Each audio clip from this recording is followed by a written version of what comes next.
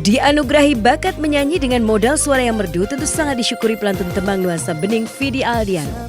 Tetapi kuliah di program bisnis di salah satu universitas di Jakarta membuat Vidi jeli melihat peluang yang cocok bagi masa depan hidup dan karirnya.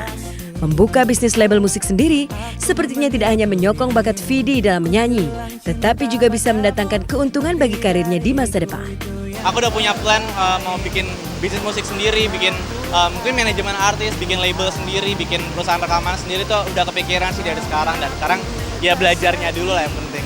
Lantaran bisnis label sendiri yang dibangun Vidi baru dirintis, maka labelnya itu hanya mampu menangani albumnya sendiri. Di masa depan, album berorientasi juga untuk memproduksi penyanyi lain dengan label musik yang dibidangnya tersebut. Karena itu, untuk album keduanya yang kini sedang digarapnya, Vidi juga mencoba untuk membuatnya sendiri. Ya, aku udah mulai membisniskan diri sendiri dan ini udah mulai memanage diri sendiri dulu. Nanti kalau udah mapan dan udah ilmunya udah banyak, baru deh ntar mungkin baru berani memproduksi orang lain. Udah belajar buat bikin lagu sendiri lah di album kedua biar nggak hanya jadi orang yang bisa nyanyi doang gitu. Sebenarnya ini albumnya kan labelnya kan aku sendiri yang megang, jadi sebenarnya suka-suka. Jadi sesiapnya albumnya udah keluar, aku pasti keluar secepatnya lah. Gitu. Ya aku label sendiri. Aku sendiri namanya Suara Hati.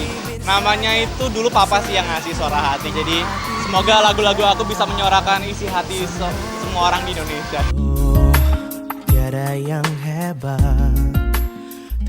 Sejak pertama berkiprah di belantika musik tanah air, Vidi disupport oleh labelnya sendiri. Memang ia menyadari masih harus belajar banyak agar bisnisnya tidak hanya berjalan di tempat tanpa mendatangkan keuntungan apa-apa, melainkan membuat hasil yang menjanjikan.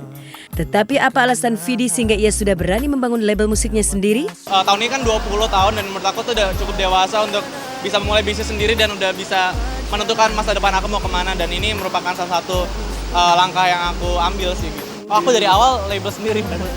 Karena nih isinya masih aku doang sih, jadi masih terkontrol alhamdulillah. Dan ini aku masih mengalami proses pembelajaran yang sangat amat panjang dan masih banyak lah belajar dari senior-senior yang udah bergerak di bidang ini duluan.